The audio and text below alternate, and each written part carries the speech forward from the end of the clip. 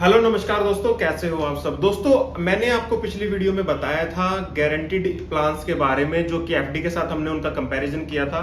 लेकिन आज जो मैं बताने वाला हूं वो बताने वाला हूं भाई पेंशन प्लान के बारे में। ठीक है, पेंशन प्लान काफी सारे होते हैं और आज के समय में जब देखा जाए कि आपकी कोई पेंशन नहीं है, जैसे किसी गवर्नमेंट जॉब लगती है तो उसके लिए भी पेंशन अब नहीं है, उनके लिए भी अलग चीजें आ गई हैं, इंश्योरेंस कुछ करके आ गए हैं। ठीक है, तो जिनमें उनको एक पर्टिकुलर अमाउंट डालना पड़ता है।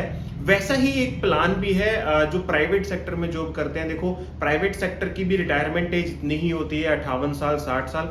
उसके बाद आदमी वैसे तो काम करते रहते हैं, बट काम करने की उतनी कैपेसिटी नहीं होती, तो उनको भी एक सेविंग प्लान, एक मतलब इसी तरीके कुछ सेविंग करनी चाहिए, जिससे कि उनको अपना जो जिस टाइम पे वो काम नहीं कर रहे हैं वो पैसा उनके उस टाइम पे काम आए।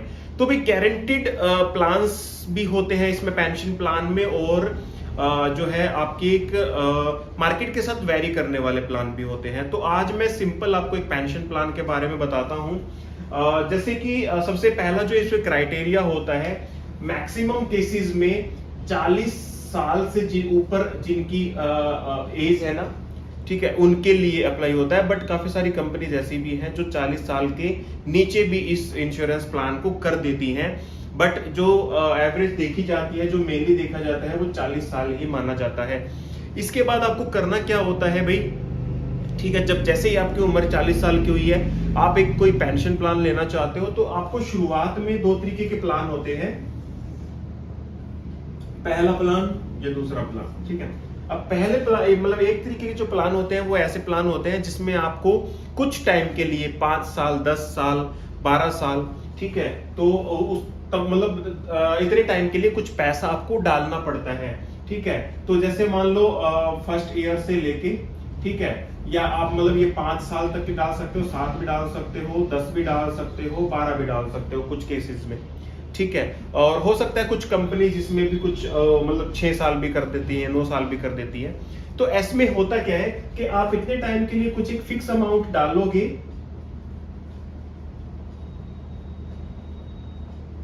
ठीक है, उसके बाद, ठीक है, जब आप वो पे कर चुके होगे 12 साल, उसके बाद आपको पैसा मिलना शुरू होगा। ठीक है, उसके बाद से आपको कंटिन्यूसली पैसा मिलना शुरू होगा। एंड देन जब ये मैच्योरिटी आएगी,